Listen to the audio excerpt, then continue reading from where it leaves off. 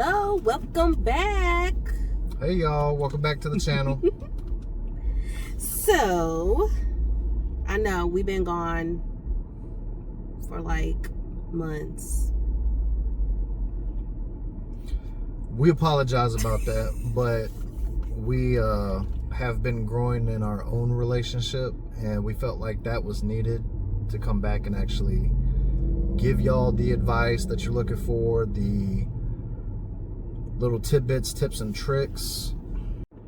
We felt like it was needed to grow in our own personal relationship with each other and our individual relationships with God, and go through a better healing process so we could present to y'all the full, unedited, raw truth of marriage, relationships, humanships, however you define your particular partnership. We wanted to come back and be able to deliver that to y'all. So yeah, we apologize, but hey, we gotta be honest and real with y'all. We had to make sure everything was good with us, right? But also we want to make sure be able to deliver what we need to deliver for you guys to grow inside your marriage, within, motherhood, fatherhood, life, your relationships. So the topic today is how to sustain a healthy marriage. So, You can go first. you want me to go first? Yeah, you can go first. Ladies first. Okay. So, when I, Risa, think about a healthy marriage, first I want to say that communication is very important, right? Without communicating effectively, then of course that means what? We're not going to be able to really know each other. You want to know my triggers. I want to know your triggers. You want to know how to love me. I want to know how to love you. So communication is very important. I believe that helps with the foundation of a healthy marriage. Also, of course, seeking God, having God in the middle of the marriage, but also seeking God individually for yourself is important, so you can understand what you need to work on for you, so you'll be able to help grow that marriage and sustain it as long as we have. So, again, yeah, communication is key to the foundational stage of any relationship you encounter, whether that's your working, personal, whoever you have in either realm, your church life, your religion life, whatever you practice, you preach, just be sure about it. Not only that, communication allows a man, from a male perspective, it allows a man to understand a female's emotions, her needs, how she gets to be soft. We can't communicate that to them if we can't even say hi to each other. If Right. we can't even say, hi, my name is... If you have anxiety that bad, before you enter a relationship, please go see somebody and work through your personal trauma. Yeah. Now, it's not going to be 80, 90, 100% by the time you get married. Your spouse is there for a reason. Your partner is there for a reason to support you. So in the foundation stage, you need to at least understand what your trauma looks like, or what your triggers are. Right. What makes you happy? What are your expectations? And what are your expectations for your partner and for the relationship? You need to be able to fully say this to them so you have that understanding, that foundation before you even get married. It's really important. Now, these are lessons learned through trials and tribulations. Not all marriages may look the same to some people, but when you put them underneath the microscope, it's the finite details in that organism of the relationship that makes it truly unique to you and that person. Absolutely. So also, I think that we should, and not just we, but in marriage relationships, that we should practice forgiveness and do it. Absolutely right. how many times that I felt like I was, holding a grudge because for whatever reason, because you didn't take out the trash, something petty, or you forgot to do something because maybe you was just having a bad day, or you was having a migraine or whatever, and I held that grudge, and that was like a rift between us, So I think practicing forgiveness is also key, one of the keys as well, because we shouldn't hold grudges. God forgave us, he forgives us, right? And so why do we hold grudges against our spouse, something that we're not going to remember 5 years from now? Absolutely right. And know that grudge bearing is not natural to a human being. Being evil, being petty, being anything but happy and loving is unnatural to a human being. You as a human being want to be happy. You as a human being want more in life. So holding a grudge ain't going to get you nowhere. It takes more energy to hold a grudge and be angry than it does to say, hey, you know what? I forgive you. Mm-hmm. Now, the key to this is when you do forgive, you don't forget. And what I mean by don't forget, let me explain this before somebody takes it completely out of hand and goes and uses it against their spouse. You don't forget the lesson that is learned. Again, let me repeat that. The lesson that is learned. What led to that? Not, I forgive you, but I'm not going to forget that you caused me pain. Yeah, she caused you pain. Guess what? She's hurting herself, or he's hurting himself more than what you may get hurt in the end, because they're the ones carrying that grudge. They have to forgive themselves. Right. And self-forgiveness isn't self-taught, it's learned. That's right. That's right. I would say another key to maintain a healthy, sustainable marriage is also set boundaries together and stand strong on those boundaries together, right? Absolutely. I think that, especially if you're a new couple, you just got married or whatnot, there's a lot of distractions that can take place. Your homegirl, homeboy always wants to the single one seems like they want to hang out with you more or travel, whatever the case may be, but you're in a different season in your life. And so setting those boundaries together, firm on those boundaries, is also a way to say, look, I respect you. That's true. Now, with the boundary thing, that doesn't mean you can't go out and have fun. Right. That doesn't mean you can't go out and have girl time, guy time. Right. But there's a new dimension to this guy time and female time. Mm-hmm. If they're going out to drink, you want to go out and have a beer and watch the game? Some females enjoy that. Two females may enjoy that company with each other and talk about it. That may be how they bonded. Guys do it all the time. Mind you, you want to go to that appropriate place. You don't want to go to the club. Mm-mm. Mm-mm. Only way I'm going to a club is with my wife. And I don't go to the club. And my club days were in Germany. They're far behind me. Me wanting to go out with the guys and the guys wanting to go do perverse activities such as going to a strip club, not going to happen. I've been to 2 strip clubs in my life and I didn't like it. Mm-mm. And I'm not going to be perverse and say what I would say in the privacy of me and my own wife. Sorry for the honk in the background. There's a lot of traffic going on here in Hope Mills. To me, another thing, baby, that I believe is important besides boundaries. We hit on communication. We hit on boundaries, healthy boundaries and everything with our relationships and everything. Boundaries and communication. Foreign concept, right? I know it's hard to understand. Let me explain it to you. Let me break it down real easy, real simple, real fast. What I mean by boundaries and communication. Learn your partner's body language. You have to be able to learn to read your wife as good as you can a poker hand. You have to know her tells. In poker, it's called tells. That's body language. So, if your wife is angry and you don't know why, you better be able to find out why she's angry.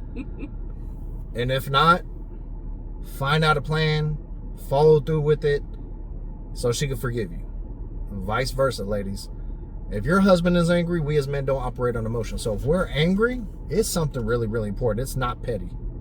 Because the thing is majority of the time, men aren't going to fight over things that are really important to the family, to both people. It's going to be the really, really small things that you didn't do for him, or he feels disrespected. And disrespect is not a small thing, but in the grand scheme of things, in a relationship, respect is given and earned. Both ways. And you're supposed to respect your husband. When you come into that marriage, he married you. So he had respect to put that ring on your finger and make you an honest woman, like you made him an honest man. So, and for men too, like, you have to respect your wives. If your wife is submitting to you and you're not submitting to her, you're dead wrong. And it doesn't make you weak to be like, submission as a man, being masculine, means taking care of your wife, protecting your wife, making her feel safe, being able to be a safe space to where she can let down her guard and flow into you. Like, hey, this is what's wrong, babe. This is what's going on. And every female is different, so you got to learn your type. My type is a very analytical thinker like me, but she puts emotions behind it. Drives me nuts. And a lot of times she comes to me with problems and solutions. That's the type of guy I am.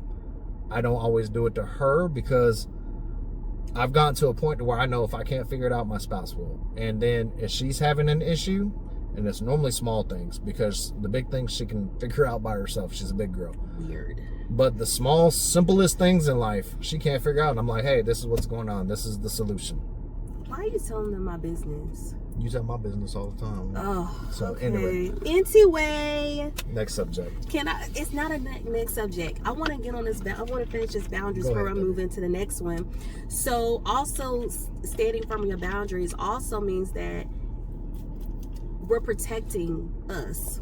Absolutely. You know, like we're protecting our marriage. We're protecting our covenant.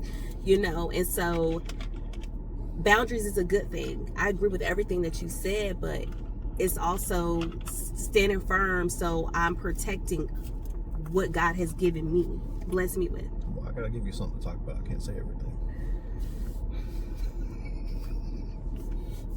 All right, moving on. So the next one, I love you too. The next one I want to say is being a team player to each other. You know, like being a team player. I could not do all what God has called me to do as a woman of God if I didn't have you beside me. But I mean, what does that look like from a woman's standpoint? What are you talking about? Which part? Being a team player. Being a team player. Well, I know everybody's different, but like from your perspective, what does that look like in a marriage? On your part. Being supportive, listening, communication, being respectful. Not, I guess because you know each other for so long, but like I really don't have to say much because you're in tune with me that I can just look at you and you already know. I don't have to say anything. You already know where to move, where to go, what to do, and not so you're like a team. Of the time, no, yeah, and it's not 100% of the time, but majority of the time he knows. Like he knows me, right? Like he knows his wife, so I can just look a certain way, or I can just turn a certain way, and he knows what to do. And so, and that comes with time. But to me, that's really being a team player.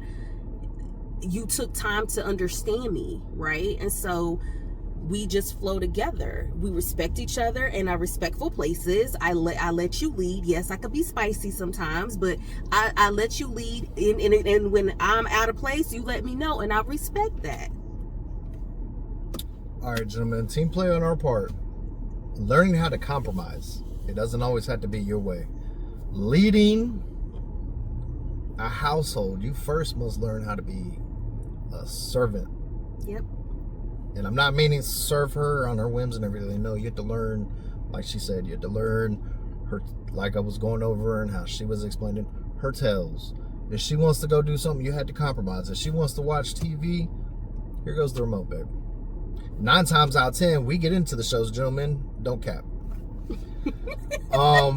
It's true. And yeah. And there's going to be things that you're interested in that she's not interested in, but she still has to support you. Now, you had to take the time to explain it to her.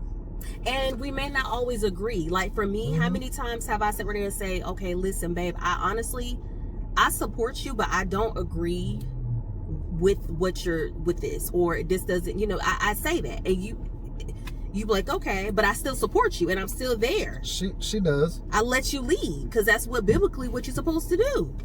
And about, I'll give her a credit where it's due. 6 times out of 10, the way I want to go is the way that's prophetically, biblically, the way it's supposed to be ran. Now, she's right, because women are supposed to be that wisdom seeker, and when we're gone, they're supposed to tend our vineyards. Gentlemen, what I mean by that is they tend the household.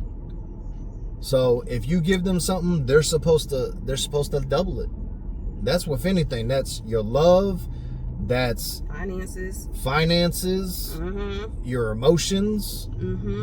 Like, yeah, we the good thing. You gotta have your ride or die. That's my ride or die right there. I know if I'm in trouble, she's got my back 100%. It's gone to a point to where she can read me because I go through my issues. I have anxiety, depression, PTSD, whatever you want to label it. Man's work, right? But we don't come agree with that. Whatever the issue is, she knows I'm having a bad day. She can tell when I don't feel good. And we all get that way. Even females get that way. And with emotions, it's like 10 times worse sometimes to deal with. But you have to be able to look past how your partner is acting that day to get down to the root. Like, okay, she's depressed. Let me go get her something. Like, for her, it's a Reese cup, some flowers. It's something simple. It's nothing big. Like, and some people may call me cheap. It's not being cheap. It's knowing my partner. I know my wife wants a Range Rover. Guess what? It's not predetermined right now, but I know down the road what God has shown me, she's gonna get it. And she says she's fine with Nissan. No, sir. You put that vision out there, God's gonna honor it, and I'm gonna honor it by being the provider. Well, I wanted an Aviator, and you got that. So hey, you're right. But we're not talking about us with that. No, but so that's an example. My subject I want to touch on personally is, we're talking about a healthy marriage. Sustainable, healthy marriage. Your partner's mental health. Because to understand a person, you had to understand their mind and how it works, how it tweaks, how whatever the emotion is, the wheel spinning at the time, you have to understand the purpose behind it. You're not always going to understand it. And men, we have to speak with our partners to understand that we're logical beings. Now, if you're a man that operates off of emotion, I'll pray for you. Because you should not be operating off emotion, because there's no way you could be a provider being like that. Yeah. Women are supposed to be the emotional ones. Now, that doesn't mean that you can't go to your partner and vent. Let it out. This is bothering me. It may not even be something with your wife, but your wife is there to listen to you. Or there's God. I mean, I've yelled and screamed at God. That's what prayer is for. To let out all your raw emotion, whether it be happy, sad, anger, vengeful. God wants all that. What your partner is all supposed to know too. Like, if you didn't want them to see that, that's fine. But explain to them that's what went on. Right. Communication. Communication. So we have a few more things, and then we're going to go ahead and get off of here. But I think also being funny, having fun with each other. I'm not saying acting like kids, right? But truly, I feel like we need to not be so uptight. We can't be uptight in no marriage. That goes back to what I was saying. You can't you can't hold on to nothing. You can't be angry all your days. Hold a grudge. No. It takes a little bit of energy to feel happy. You can wake up and choose to smile. It takes a whole bunch and hate in your heart, because if you're angry, you have hate in your heart for that person. You may still love them, but you have hate at that point, because it takes hate for anger and hate are two synonymous emotions. Right. Like I'm a upbeat type of person. Like I'm serious. I'm a serious person when I'm about my business. My husband knows that. But also I am a very, very like light, bright person. I don't like being uptight. That's not me at all. I'm not quiet. He's quiet. I'm quiet and serious. Yes. And I will smile and crack jokes with my wife every now and then, but as a man, I am a reserved individual. Right. And so how we get to that place, how we are now, well, listen, he knows who I am. He knows that, okay, I'm gonna set Risa where she's at, because she's gonna be silly at least 3 times a day, unless she's pissed off at me. But she's gonna be silly. She's gonna do something. She's still gonna be silly when she's pissed off. Don't let her cap. It's true, because I just can't. Like, life is so short. Like, I don't understand why. I don't get it. It's not bipolar. I can assure you that. No, she can literally, because of what we dealt with, she could just turn off that emotion and go to being happy because she just thought of something being happy. Mm-hmm. Or God goes, stop. Yeah, and you have to allow literally the Holy Spirit lead you, right? Like, I know your triggers, right? Like, so I know I have to listen to you. So if you give me a certain tone, if you look at me a certain way, I know that I don't push too far trying to be too funny. But you should be funny with your spouse. You know, you should Absolutely. be vulnerable with your I'm not saying spouse. that, but it comes a time and a point that, you know, there's certain things that are triggers for me. There's certain things that are triggers for her. Mm-hmm. If I joke about that, we can joke about it openly. We joke about our triggers. But it gets to a certain point, like, when I feel like I'm being crowded on, like all 3 members in my household will sit there and joke back and forth with me. But when it gets to a point, I let them know before it gets stop. Yep. And there's been times where they've pushed me and they go like, what happened? What's wrong with Dad? I asked you to stop nicely, and like in the most vulnerable way I could put it. Like, my children and wife have brought me to tears sometimes. Mm-hmm. Yeah. And then I don't get emotional to where I cry anymore. Like, I get angry. And so we know that, you know, certain things you just can't do, and it takes time to get there. But you still you know, in your marriage, your spouse may love surprises, right? My husband knows I'm not a surprise person. I still surprise him. He still does it, but I'm not a surprise person. Like, I can't. I just, certain things you can't, don't surprise me, okay? And so, but anyway, like, he will love a surprise. Not so much of me. Don't do that. So I guarantee you, if I rolled up with a Range Rover right now, she'd love that surprise with a red bow on it. So don't let your partner, okay, let me put it like this. Love languages. Load of crock of BS, man. It's true. They stuff. are. I'm trying not to cuss. I'm trying to be raw with you as much as I can to hold my tongue because I'm working on it. So I'll just say it. It's bullshit. God gives you the framework in the Bible for a healthy marriage. You see how to chase after a woman, how to treat a woman, how to talk to a woman. It's right there in the Song of Solomon. It is man-made when it comes to the 5 love languages, even though it's more. I get where you're coming from, but this is our disagreement, y'all. Okay, he's not into the 5 No. love. I mean, he does them. I celebrate my wife all year. Right, he does. I show my wife all 5 love languages throughout the years. Plus they describe more. There's more love languages than just 5. It is. To expand on that, I don't believe in it because it's man-made. God gave me everything I needed to show me how to treat my wife. He who finds a wife finds a good thing. A woman is worth more than rubies. You give your wife your money, she's supposed to double it and tend the vineyards. Meaning she's supposed to tend the house and take care of the finances, biblically. Run the business, open a business, do the business. Yes, it's hard being a Proverbs 31 wife. I admit to that. It is. And so, and you know, we encourage each other. It breaks down the communication. Like, that leads into the next subject. Don't say I do or jump over the ledge. You're already in a marriage and you want to get divorced. God don't like divorce. He doesn't. Because after you get divorced, you go through a miserable time. Every time. Let me tell you. Been married 3 times. And I always count the remarriage as the 3rd time because that's a continuation of our marriage because it was never meant to be interrupted. That's the way I think. Whoa, you telling all our business. I don't care. We're all honest. Anyway, so it's not meant every time, and I know this for a fact because I went through it. Every time you get divorced, you go through a spell where you do stuff you would never do out of your moral character. You break down and cry after you do something. You ask God for. If you find yourself asking God for forgiveness every time you go and have sex with somebody when you're single, it wasn't meant to be. It's not a godly action. You find yourself out drinking out the bar at night and have to call on God because you're drunk and you don't know how you're getting home, shouldn't have done it.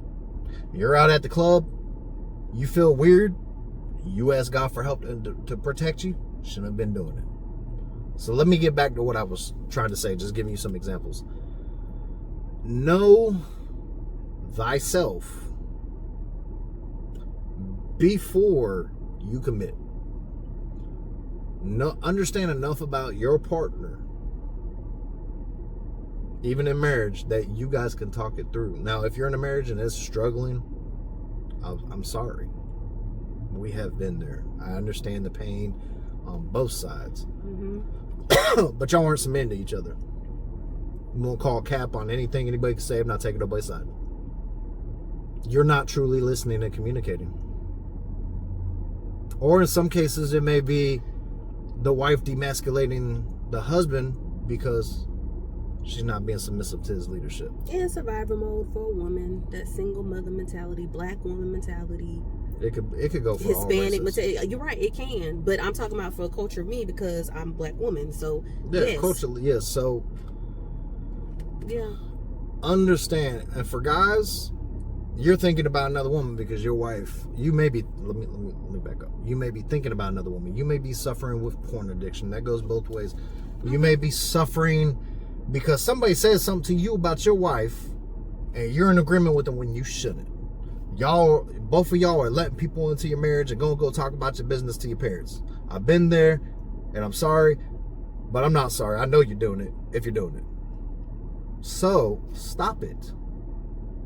Go to your husband or your wife, and y'all work it out. Definitely get wise counsel. I'm not against that either. Get wise counsel, but be careful who you allow inside your marriage. Seriously, because from experience. Man. And when somebody wants to lay hands on you, and it don't feel right, listen.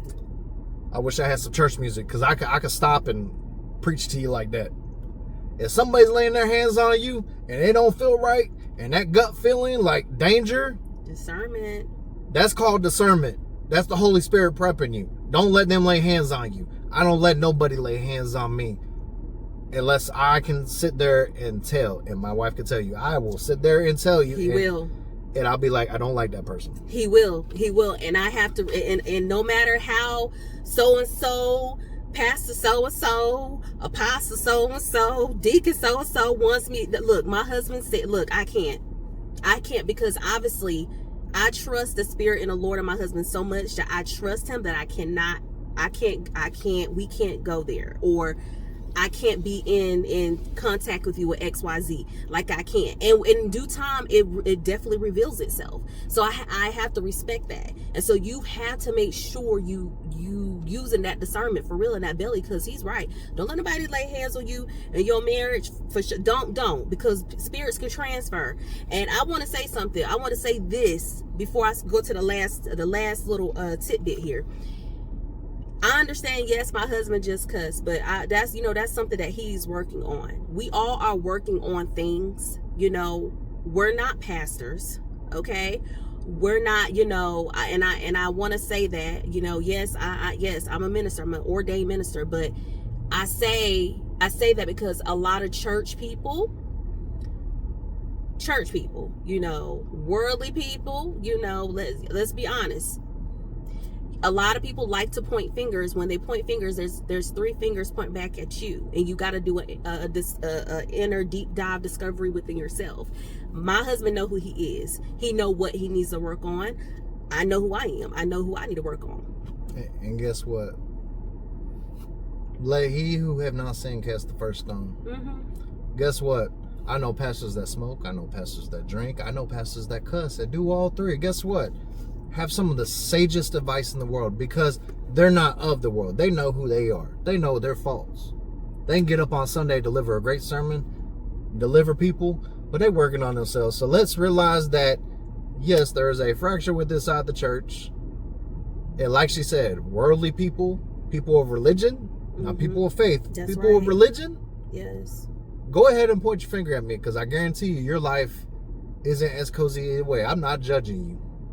By all means, may God forgive you for me for saying that. But yeah. I just had to put that out there because I can already see how this is going to be an issue. But it is what it is, and I'm so tired of people putting a front on like they're perfect. It's time out for that. I know one thing you would know about us: we do not portray that we're perfect. That's not gonna happen. And if you want to know something, I'm not going to tell you every detail, but I will let you know what went on in my marriage or my personal life to help pull you help baby. pull you up. But Come guess on. what?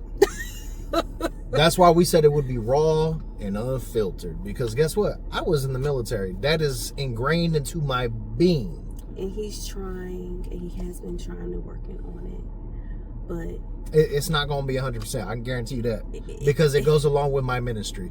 I'm meant to reach people that you're not meant to reach, or my wife's not meant to reach. And my wife's meant to reach people that I'm not meant to reach. But I guarantee you, I could walk up into a boardroom, baby, sell you a beachfront property in Arizona, and walk out there with that $10 million. That's how confident I am. That's how I speak. That's how I walk. And that's how I know my God walks with me. Thank you. Praise Jesus. Anyway, go ahead and get into your last okay, word. yeah, okay, because we got to go. So the last thing I want to say, commitment. There you go. Being committed. Absolutely. I'm committed to our vows, right? I'm committed to our vows. I'm committed to putting myself down, killing my flesh daily, right? Like, not just even killing my flesh daily, just being selfless. Submissive to you, yes, and I know you're submissive to me, but being submissive to you and trying to really follow that inside my wifey duties. And for a man perspective, being committed, I know it's just kind of like the same, but a little different. But we want to sustain a marriage, right? We want to sustain a marriage. And how do we do that? Like, how do we really do that? And I know we just kind of went on everywhere, but with this video, this was a breakdown of just a glimpse, a by view of what marriage and relationships should be. She's right. Commitment is a wonderful thing. It's a great thing when it works out. Mm-hmm.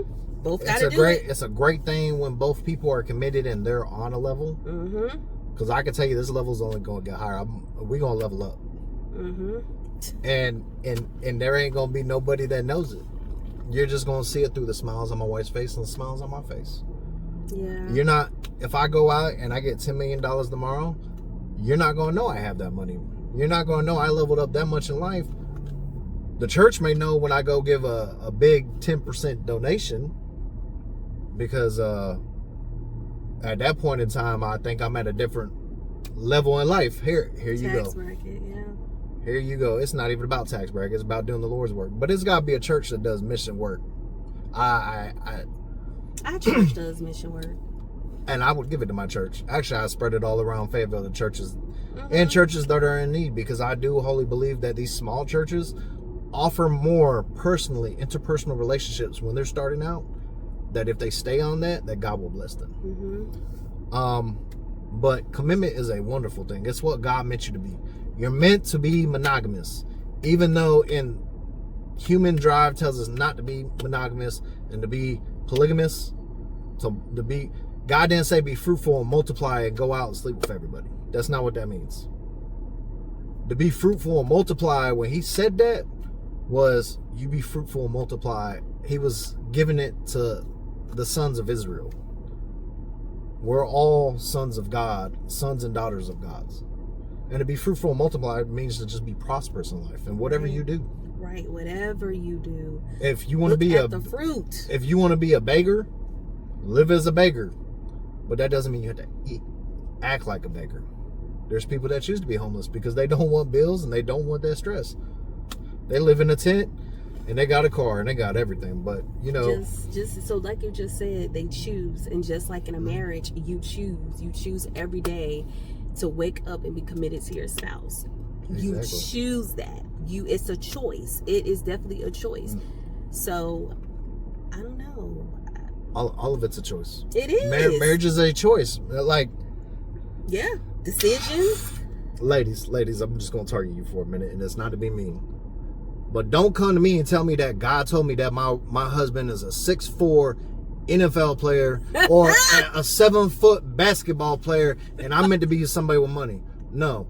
God will choose a time and a place that you may not like, and you may not like the person he pairs you with because of their status. Guess what? That person will provide the most happiness to you in the world. Okay. And y'all. Why you had to do that? Even though you're right. And man, that's the same thing. Your partner is not going to come all put together, ladies. Stop expecting that. Yeah. You have your own trauma. That's why you act the way you do. Men, let me target you. They're not going to come with a house or a car either. You're meant to build. You're the provider. You give her the house, she makes it a home. Yeah. You give her the car, she fills it with love, meaning kids. You provide, she multiplies. The head, the body. It's that simple. Yeah. I don't know how much more simple I can make it. But y'all need to stop nitpicking at each other nowadays, because I'm getting sick and tired of seeing my brothers and sisters go at each other. Oh, well, what do you have to the table? Because God hasn't given you nothing to bring to the table yet, because you're trying to find out who you are still inside that relationship. Let's stop this whole worldly stuff. I'm done on my rant. Y'all have a blessed day. I'll let my wife finish speaking. I mean, how are you gonna go do that and talk about worldly stuff, and then you gonna cuss? See what I'm saying? And I apologize for it. Did I not? Y'all see what I'm talking about, right? This is like the realness, the raw. Like, it's true. Like, this is how I talk to him. Like, really? But then I had to look. Okay, he's Lord, have your way. Have your way. But listen, y'all. Catch you in the next video. Don't know what that's gonna be about. I literally let the Lord just guide me with that. Again, it's I gonna apologize. be better than this one. It definitely will be better. I guarantee you that. It'll be better. And this one's long because we just came back. They're going various sizes. It just depends on what the Lord puts on our heart. Y'all have a blessed day. Remember, fix your crown. Tip it up.